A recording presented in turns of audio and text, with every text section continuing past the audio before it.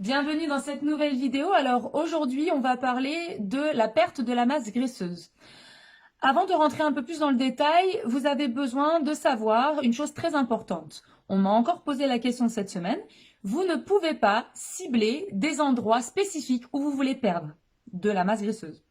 C'est-à-dire que quand vous allez faire du sport, vous allez perdre de la masse graisseuse de partout. Vous pouvez pas dire, bah tiens, j'ai envie de perdre que du ventre et pas des jambes. Ça, c'est impossible. Vous allez perdre de partout. Par contre, vous allez pouvoir cibler des zones que vous voulez renforcer. Ça, c'est possible. Renforcer, par exemple, les jambes, les abdos ou le haut du corps. Mais vous allez perdre de la masse graisseuse absolument de partout. Quand vous faites un entraînement, il faut essayer de travailler tout le corps en même temps pour avoir un résultat qui soit harmonieux et pour brûler un maximum de calories. Mais quand vous faites travailler le bas du corps, vous allez avoir une perte calorique qui va être supérieure que si vous faites travailler que le haut du corps. Pourquoi? Parce que quand vous faites travailler le bas du corps, vous allez travailler des muscles puissants, comme le quadriceps et le fessier, qui vont brûler énormément de calories.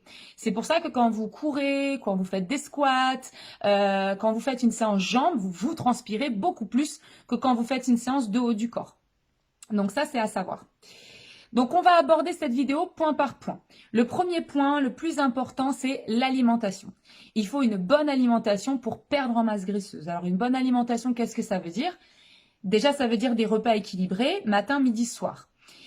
Évitez bien entendu le grignotage, tout ce qui va être repas en sauce, tout ce qui va être trop sucré. Et évitez bien entendu de manger trop lourd le soir. Ça, c'est très important. Alors, pour rentrer un peu dans le détail, euh, l'alimentation, elle est importante, mais moi, ce que je déconseille, c'est de faire des régimes.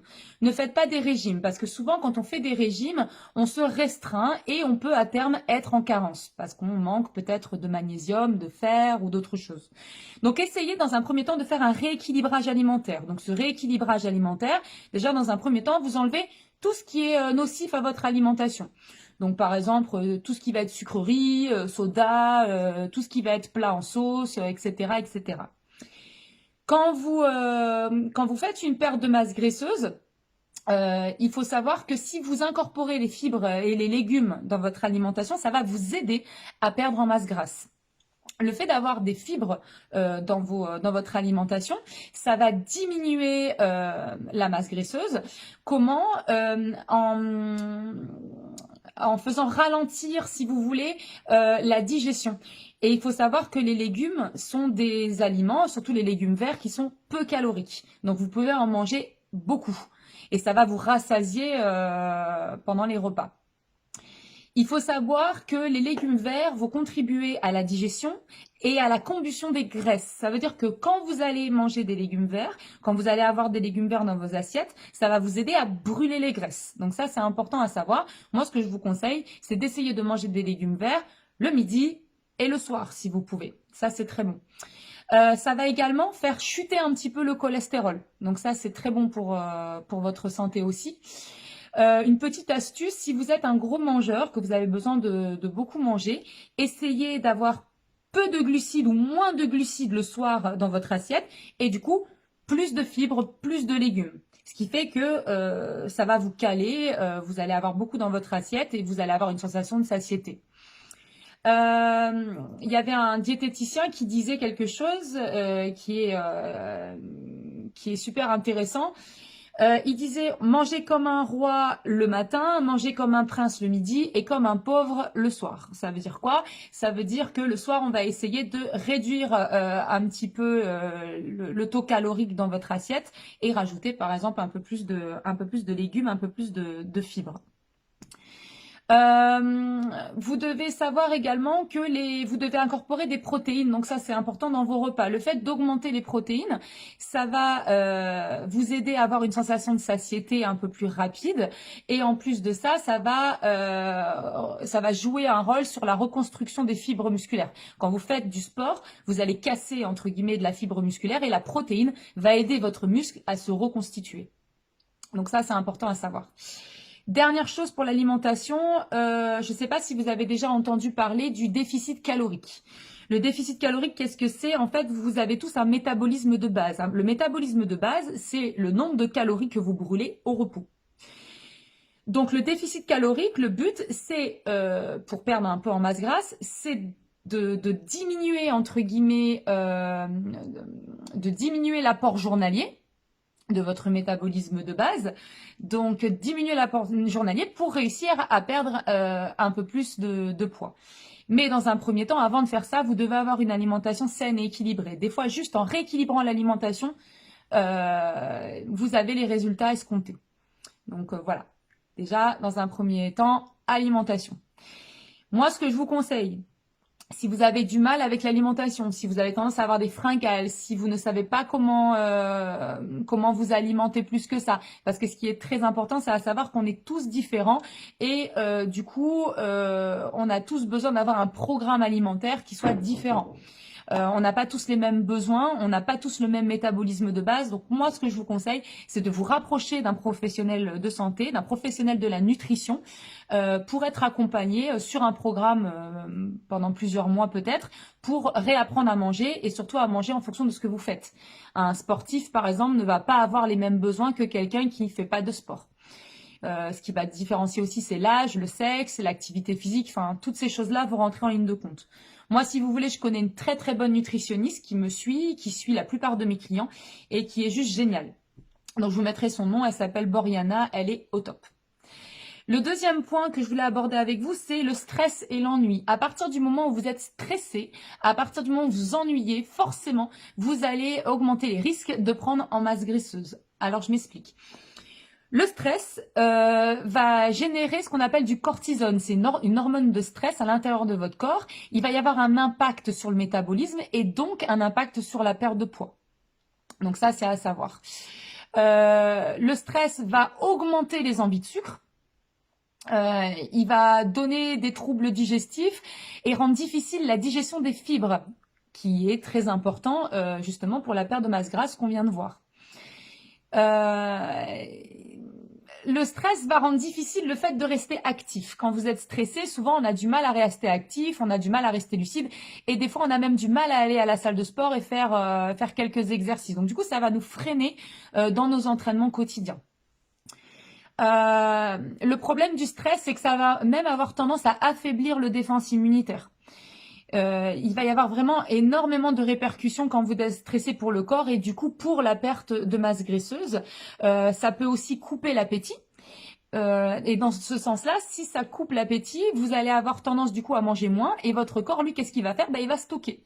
Il va stocker, si vous voulez, le sucre et la graisse qui n'aura pas dans des périodes de stress. Donc, si vous voulez, ça va être assez compliqué de perdre en masse graisseuse quand vous allez être stressé. Et ça a tendance à ce qu'on appelle faire gonfler à cause du cortisol que votre corps va créer. Et quand vous vous ennuyez, vous allez avoir tendance justement à grignoter un peu plus. On peut le voir un peu pendant le confinement. Des fois, il y a des moments où on s'ennuie un peu plus et du coup, qu'est-ce qu'on fait? Eh ben, on mange. Donc voilà, tout ce qui est stress, ennui, essayez de limiter ça au maximum, même si je sais que c'est assez compliqué de temps en temps. Mais sachez que ça va vous empêcher de perdre aussi en masse graisseuse. Le troisième point que je voulais aborder, c'est le sommeil. Il faut que vous dormiez. Si vous ne dormez pas, si vous ne dormez pas assez, le problème c'est que pareil, la perte de masse graisseuse va être un peu plus compliquée. Faut savoir que quand vous dormez, quand vous ne dormez pas assez, excusez-moi, vous allez baisser le taux de leptine. Alors le taux de leptine, c'est quoi? C'est une hormone digestive. La leptine, c'est la sensation de satiété. Vous allez diminuer cette sensation de satiété et du coup, vous allez avoir faim plus vite. Et au contraire, vous allez augmenter le taux de gréline. La gréline, pareil, c'est une hormone digestive qui va augmenter l'appétit. Donc au final, si vous manquez de sommeil, vous allez avoir plus faim et plus tôt. Donc ça va faire baisser la sensation de satiété et augmenter les fringales et l'appétit. Donc c'est pour ça qu'il faut essayer de dormir entre 7 à 9 heures par nuit. Le fait de dormir entre 7 à 9 heures par nuit, ça va vous permettre de récupérer et physiquement et mentalement. Si vous ne récupérez pas assez, qu'est-ce qui va se passer? Le lendemain, votre métabolisme va être ce qu'on appelle au ralenti. Si votre métabolisme est au ralenti, malheureusement, vous n'allez pas perdre comme il faut tout au long de la journée. Vous n'allez pas être dans les meilleures conditions pour perdre des calories, entre guillemets. Donc ça aussi, ça va vous empêcher de perdre efficacement en masse graisseuse. Il faut savoir que le sommeil va transformer les nutriments en carburant. Donc faites attention aussi de ne pas manger trop riche le soir, parce qu'au lieu de transformer ces nutriments en carburant, il va avoir tendance à les stocker. Donc évitez vraiment de manger lourd le soir, même pour le sommeil, c'est pas recommandé, vous risquez de mal dormir également. L'eau. Le point suivant, c'est l'eau. Il faut savoir que quand vous faites du sport, surtout, il faut une bonne hydratation. Le fait de boire, ça va éliminer les toxines de votre corps. Faites attention, si vous ne buvez pas assez, vous pouvez faire de la rétention d'eau. Alors, les gens, ils vont me dire, oui, mais moi, j'ai peur de boire trop, justement, pour faire de la rétention d'eau. Non, c'est l'inverse. Si vous ne buvez pas assez, qu'est-ce que votre corps va faire? Il va avoir tendance à stocker l'eau. Pourquoi? Parce qu'il va avoir peur de manquer. Donc, du coup, pour éviter la rétention d'eau, pour éviter que votre corps stocke l'eau, il va falloir boire régulièrement pendant la journée, entre 2 à 3 litres d'eau par jour, surtout si vous faites du sport. Vraiment, c'est ce que je vous conseille. Imaginez, si vous voulez, quand vous buvez, c'est comme si vous preniez une douche à l'intérieur de votre corps. Si je me douche avec un verre d'eau, je ne vais pas éliminer toutes les saletés qu'il y a sur ma peau. Eh bien, dans le corps, c'est la même chose entre guillemets. Si vous ne buvez pas assez, vous n'allez pas assez éliminer les toxines. Vous risquez des problèmes après plus graves au niveau des reins. Mais déjà, si vous arrivez à boire entre 2 à 3 litres d'eau par jour de manière régulière, c'est déjà pas mal. Il faut savoir que l'eau, ça va vous servir aussi comme coupe-faim. Des fois, on a l'impression qu'on a faim et en fait, non, c'est juste un manque d'hydratation. Donc, n'hésitez pas, dès que vous avez un peu faim, à boire un peu, même à boire avant le repas pour éviter du coup aussi, ça peut être une astuce de trop manger, de trop vous gaver pendant le repas. Il faut savoir que boire, vous hydrater régulièrement, ça va booster le métabolisme de base, ça va vous aider à brûler.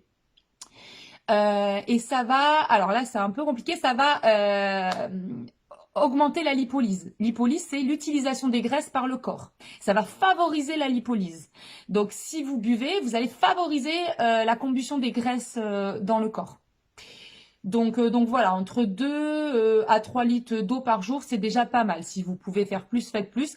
Vous allez voir, au début, c'est difficile. Mais après, le fait de boire régulièrement, vous allez vous habituer. Et du coup, vous allez avoir soif plus rapidement.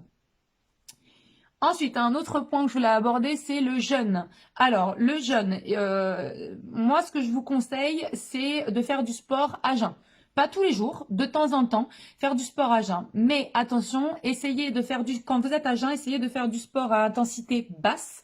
Ça veut dire à peu près à 60% de votre VMA, donc vraiment à vitesse, à allure d'échauffement, on va dire, si vous courez. Donc faire voilà une activité vraiment assez basse pendant à peu près 1 heure, 1 h 30. Alors à quoi ça va servir de faire du sport à jeun? Le corps va aller puiser plus rapidement dans les graisses. Mais il faut faire attention de ne pas monter trop en intensité quand vous faites du sport à jeun, parce que sinon vous risquez d'être en hypo.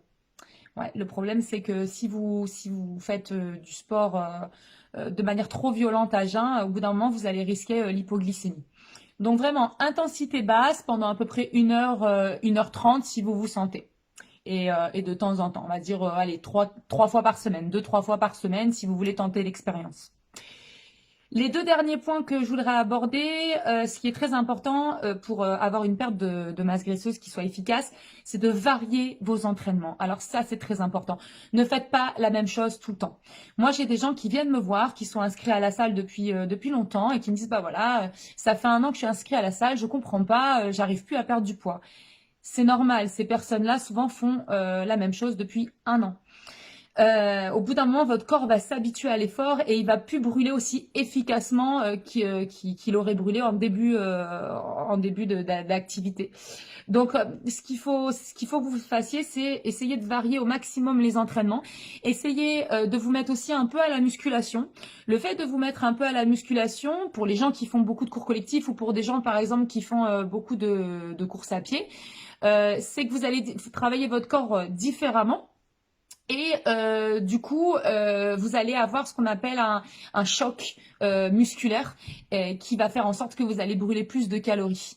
Et du coup, vous allez puiser un peu plus dans les graisses. Moi, ce que je vous conseille, c'est de faire, par exemple, des séances de musculation qui soient entre 45 minutes et 1 heure, avec des charges libres plutôt que des machines. Alors, les machines sont très bien, mais si vous utilisez des charges libres, vous allez travailler d'autres muscles, les muscles profonds, les muscles de l'équilibre, et du coup, vous allez avoir une perte calorique qui sera supérieure. Essayez aussi de faire des mouvements en musculation toujours, des mouvements qui vont solliciter plusieurs muscles en même temps. Par exemple, évitez d'isoler. Par exemple, sur un curl biceps, c'est pas en faisant un curl biceps que vous allez perdre énormément en masse graisseuse.